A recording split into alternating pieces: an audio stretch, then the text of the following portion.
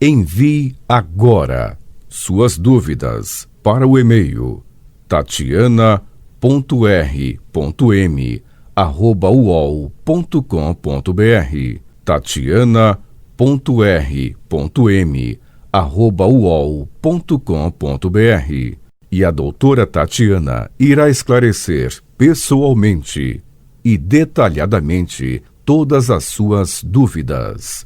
Ligue em São Paulo para 34 39 85 85. Repetindo, 34 39 85 85.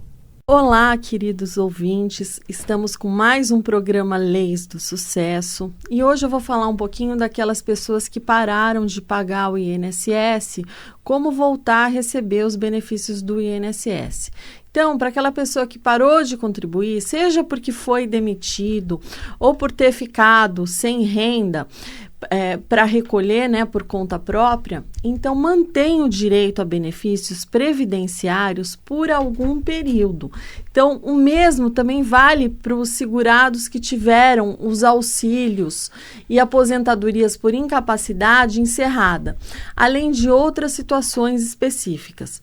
Então, após esse período de graça, né, como é chamado, o intervalo em que é possível receber benefícios sem estar contribuindo, a retomada dos pagamentos, ela é necessária para que o cidadão permaneça como segurado.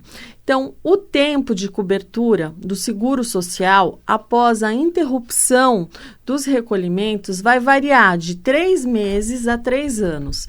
E a duração do período de graça depende de questões como quantidade de contribuições acumuladas ou do benefício cessado. Então, para ter acesso ao período de graça de 36 meses, ou seja, 3 anos, por exemplo, o trabalhador ele precisa ter acumulado 120 contribuições consecutivas ou intercaladas sem ter perdido a qualidade de segurado e ter recebido o seguro-desemprego.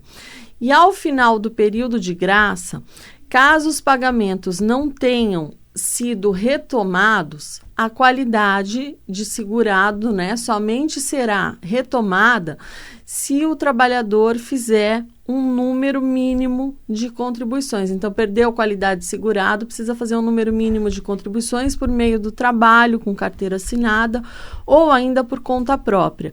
Seja na condição de trabalhador, de autônomo, né, ou de forma facultativa. Então, a carência ela vai variar conforme o benefício pretendido. Então, o salário maternidade, ele requer 5 contribuições mensais. O auxílio doença e aposentadoria por invalidez exigem 6. Em geral, a carência dobra para quem está começando a contribuir com a Previdência. Então, por isso, não possui ainda a qualidade de segurado. Mas há exceções. Então, quem está empregado e sofre um acidente, né, por exemplo, ele é dispensado da carência. E aí, quando você vai voltar a fazer contribuição para o INSS? Bom, quem para de pagar o INSS, seja devido à demissão, ou porque ficou sem renda, ou ainda mantém o direito de receber benefícios por algum tempo, mas depois que esse período de graça acaba, é necessário voltar a recolher para voltar a ter direito aos benefícios previdenciários. Então, logo após a interrupção dos recolhimentos previdenciários, você vai ter um período em que o direito a benefícios ele é mantido, o chamado período de graça. Então, a manutenção desse direito ele vai variar de 3 meses a 3 anos, dependendo do tipo de contribuinte. Além da data da última contribuição, o prolongamento do período de graça depende de benefícios que o segurado recebeu. Então, ele até 3 meses de período de graça, ele vai ter após o licenciamento para quem prestou o serviço militar. até 6 meses de período de graça para o segurado do INSS que recolher como facultativo. Esse tipo de contribuinte não é obrigado a pagar o INSS. E até 12 meses para quem foi demitido ou fez contribuição obrigatória, então autônomo, por exemplo. E também depois da soltura do cidadão que havia sido detido ou preso. E ao segurado que teve o encerramento de um dos seguintes benefícios. Então, auxílio-doença, aposentadoria por invalidez e salário-maternidade. Agora, terão até 24 meses de período de graça após o fim do benefício por incapacidade ou do salário-maternidade ou depois da demissão ou do último recolhimento obrigatório. E a regra é válida ao segurado que tem mais de 120 contribuições consecutivas ou intercaladas, mas sem perda da qualidade de segurado. Então, o prazo, ele também vale para o demitido que não tem 120 contribuições, mas recebeu seguro-desemprego, ou fez registro no SINE, que é o Sistema Nacional de Emprego. E vai ter até 36 meses de período de graça para quem foi demitido e recebeu seguro-desemprego ou fez registro no SINE e ainda possui mais de 120 contribuições consecutivas, seja intercaladas ou não, mas sem perda da qualidade de segurado. Ao final do período de graça, o trabalhador aí perdeu a qualidade de segurado. Então, ou seja, ele perde a cobertura que permite receber benefícios da Previdência. Então, quando isso acontece, é necessário cumprir um período de carência, ou seja, é preciso pagar por mais um tempo para o INSS para voltar a ter cobertura previdenciária. Então, é necessário o retorno do pagamento ao INSS, que no caso de contribuintes individuais e facultativos, pode ser realizado via GPS, que é a guia da Previdência Social obtida no site do INSS.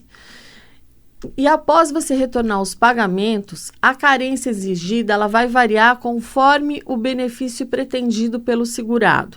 Então, no caso, auxílio-doença ou aposentadoria por invalidez, vai precisar de 6 contribuições mensais. No caso de salário-maternidade, você precisa pagar 5 meses para você ter direito. E o auxílio-reclusão, 12 contribuições mensais. A manutenção da qualidade de segurado, ela não é necessária para você receber as aposentadorias, seja por idade, por tempo de contribuição. Então, nesse caso, não tem necessidade.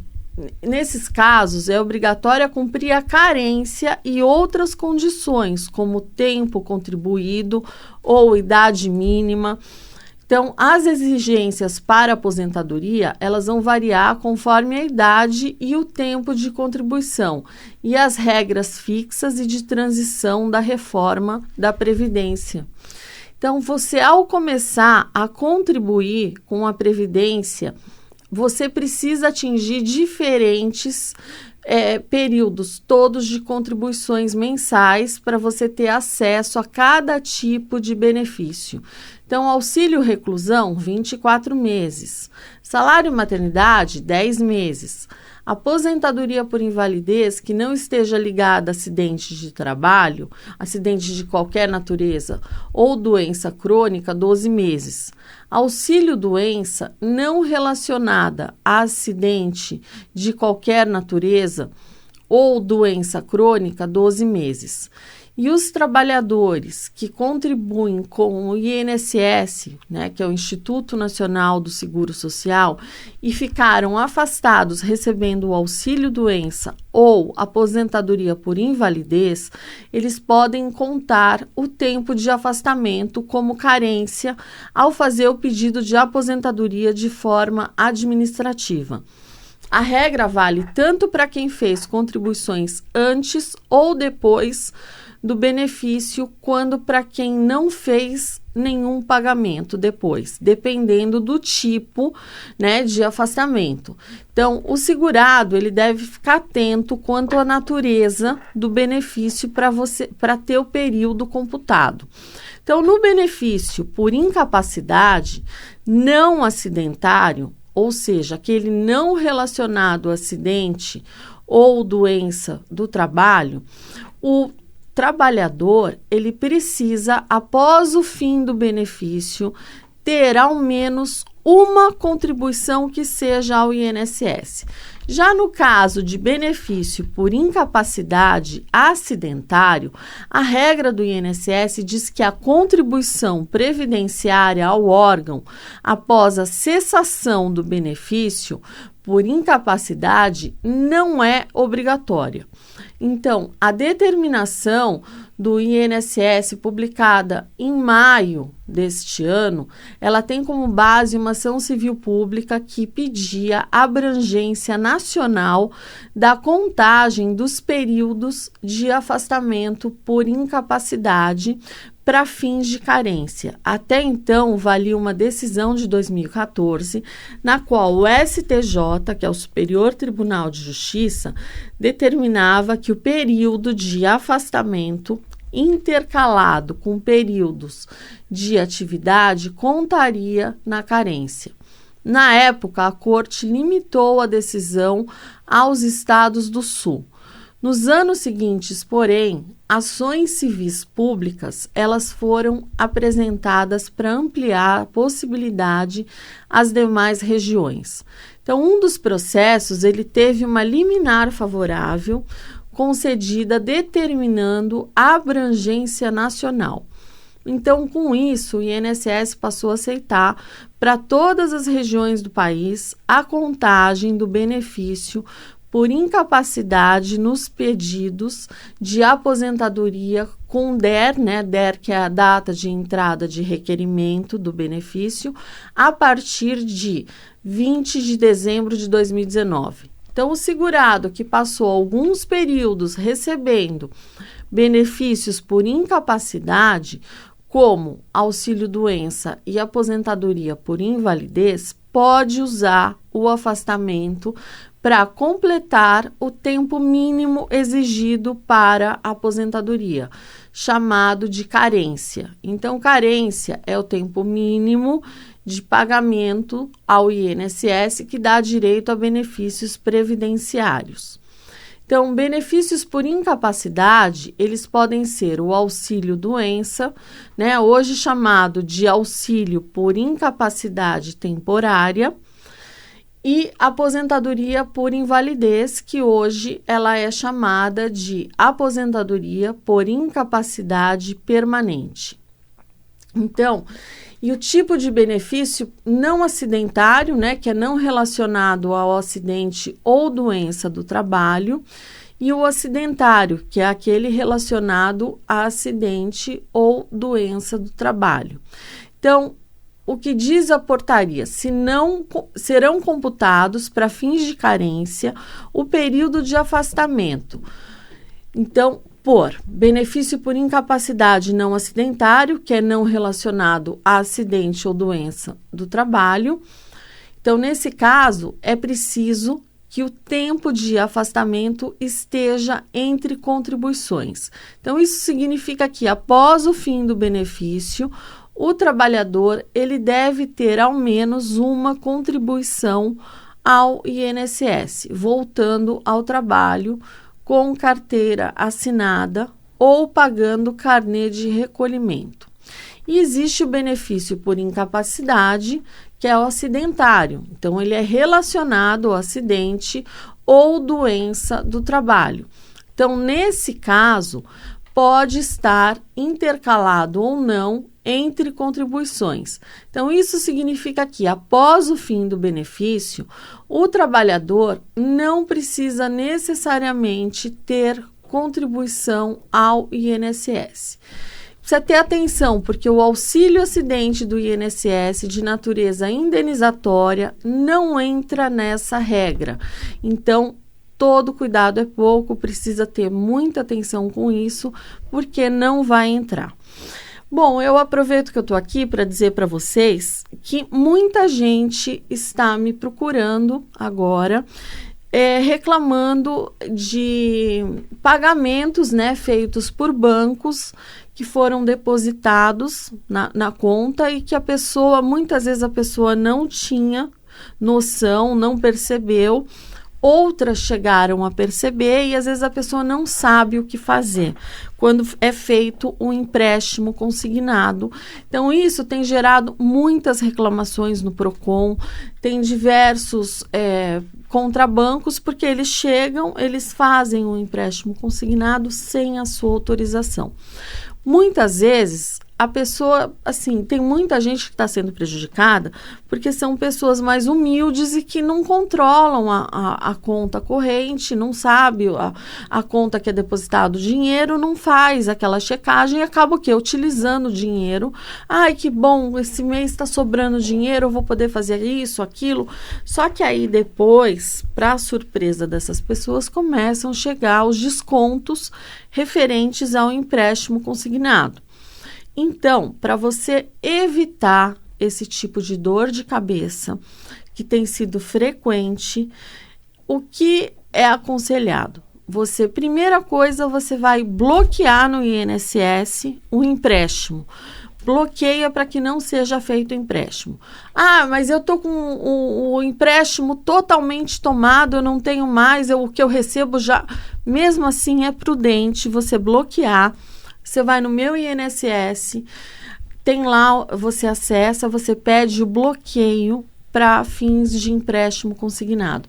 Ah, Tatiana, eu não mexo na internet. Então, você pode procurar um advogado especialista para te ajudar nisso, para fazer o bloqueio, para você não ter que ir numa agência do INSS, principalmente porque... Ou você pode ir na agência do INSS, mas você precisa ligar e agendar. Só que, assim, o ideal é que você faça, sempre tem alguém na família que mexe com o computador, que pode fazer o bloqueio. Ah, mas e quando eu quiser fazer o empréstimo? Você faz o desbloqueio. É mais seguro, mais prudente, porque eles estão depositando dinheiro na conta de muita gente sem pedir autorização. E quem não percebe vai ter que pagar depois as parcelas do consignado. Para vocês terem uma ideia... Um valor de R$12 mil acaba virando para você pagar 26. Então, é um descuido que pode custar muito dinheiro. Então, fique ligado, fique de olho, fique esperto. Entre todo mês, verifique quanto que está sendo pago, quanto que você está recebendo do INSS. Servidor público, caiu um dinheiro na sua conta, desconfie. Pode ser um empréstimo consignado. Então, o que você vai fazer? Ah, recebeu o empréstimo consignado. Você vai entrar em contato no banco. Ah, foi o banco X. Você entra em contato no banco X. Peça um boleto para você pagar este empréstimo, tá? Então, você já faz o boleto, caiu na conta, você já paga imediatamente para se livrar do problema. Segundo lugar, você vai reclamar na ouvidoria do banco. Você vai reclamar depois no Banco Central. E se for o caso, porque o que acontece? Você fala no banco, você fala, então me dá uma cópia desse contrato. Normalmente eles não têm a cópia. E quando tem, é uma assinatura... teve gente que pegou com assinatura de solteiro, sabe? Que nem utilizava mais aquele nome, pegou lá no contrato uma assinatura de solteiro. Outros pegam um nome que não tem nada a ver, não é apresentado documento, não é apresentado procuração, mas espera aí, eu me chamo Maria, tá aqui no nome do João, cadê a procuração que eu dei para o João para ele poder fazer empréstimo? Cadê o documento do João? Não tem. Então, quer dizer, precisa tomar cuidado, banco nunca perde, tá? Então, se você não percebeu, vai ter que pagar, porque aí você utilizou. Aí você fala, aí você manda emitir um boleto, tome cuidado com isso, paga, se livra dessa bronca. Mas para você, o ideal é bloqueie qualquer tipo de empréstimo. Quando você quiser fazer, você vai lá e desbloqueia. Mas o ideal é que você já bloqueie, no Meu INSS, bloqueie. Aconteceu, eles foram lá, eles fizeram, tudo bem. Você devolve, paga, devolve, reclama. Gente, é importante. Eu paguei, eu me livrei do problema. Para que eu vou ter dor de cabeça, eu vou reclamar? Não, você vai reclamar sim no Banco Central, porque aí o banco ele é obrigado a dar satisfação para o Banco Central. E outra coisa, faça um boletim de ocorrência. Por quê? Porque você reclamou no banco. Quando tem um cartão clonado, quando tem qualquer problema, você liga no banco, o banco fala, pode deixar que a polícia já foi acionada. Já aconteceu comigo, de mandarem um cartão que eu não solicitei. E aí o banco ligou e falou, escuta, foi você que solicitou, mas o endereço está diferente. Eu falei, não foi. Então, nós estamos bloqueando o cartão. E outra coisa, eu falei, me dá para onde foi que eu vou fazer um boletim de ocorrência. Não, nós mesmos vamos fazer. Só que nesse tipo de empréstimo, eu estou vendo que o banco não está querendo fazer boletim de ocorrência. Então, faça boletim de ocorrência. Reclame no Banco Central, porque com isso você está ajudando outras pessoas. Porque se o banco começar a tomar multa, se começar a aparecer muito empréstimo em nome do banco X, do banco Y, que mais de um banco está fazendo isso, eles vão começar a tomar multa. Eles vão sofrer fiscalização do Banco Central. Então, você vai estar ajudando para que evite que isso seja feito para outras pessoas. Porque, infelizmente, eu não me excluo disso. Nós somos muito pacatos como brasileiros. A gente fala, tudo bem, já resolveu, eu vou arrumar uma maior encrenca. Não, você vai fazer para que eles não façam mais esse tipo de coisa. Porque se você percebeu, legal, ótimo, você conseguiu resolver. E aquelas pessoas humildes que não perceberam que vão pagar um empréstimo que elas nem solicitaram. É injusto, sabe? É um absurdo um banco com o faturamento que eles têm nessa crise, está todo mundo quebrado, todo mundo com dificuldade. Vê o banco, vê se o banco está com problema. Não está. Por quê? Porque eles se viram, eles fazem empréstimo. Agora, ganhar dinheiro em cima de quem não solicitou, ganhar dinheiro emprestando dinheiro que a pessoa não pediu para depois a pessoa não perceber e depois ter que pagar mais de 2 vezes aquele valor, é muito injusto, isso não pode acontecer. Então, se você foi vítima, bloqueie, primeira coisa, bloqueie o empréstimo consignado. Depois, reclame na ouvidoria do banco. Banco Central, polícia, faça um boletim de ocorrência, porque não é possível a gente ficar de mãos atadas, enquanto que eles estão fazendo isso no país inteiro, são milhares de vítimas desse tipo de empréstimo. Então, gente, todo cuidado é pouco, bloqueie para você não ter dor de cabeça e cair um dinheiro que você não sabe de onde. Por favor, verifique, se foi empréstimo, devolva logo para que você não seja obrigado a pagar juros, sabe? Juros sobre juros, que é muito complicado. Bom, essas são as minhas dicas de hoje, eu vou me despedindo de vocês. Fiquem com Deus e até o próximo Leis do Sucesso. Envie agora suas dúvidas para o e-mail tatiana.r.m@uol.com.br tatiana.r.m@uol.com.br. E a doutora Tatiana irá esclarecer pessoalmente e detalhadamente todas as suas dúvidas. Ligue em São Paulo para 34 39 85 85. Repetindo, 34 39 85 85.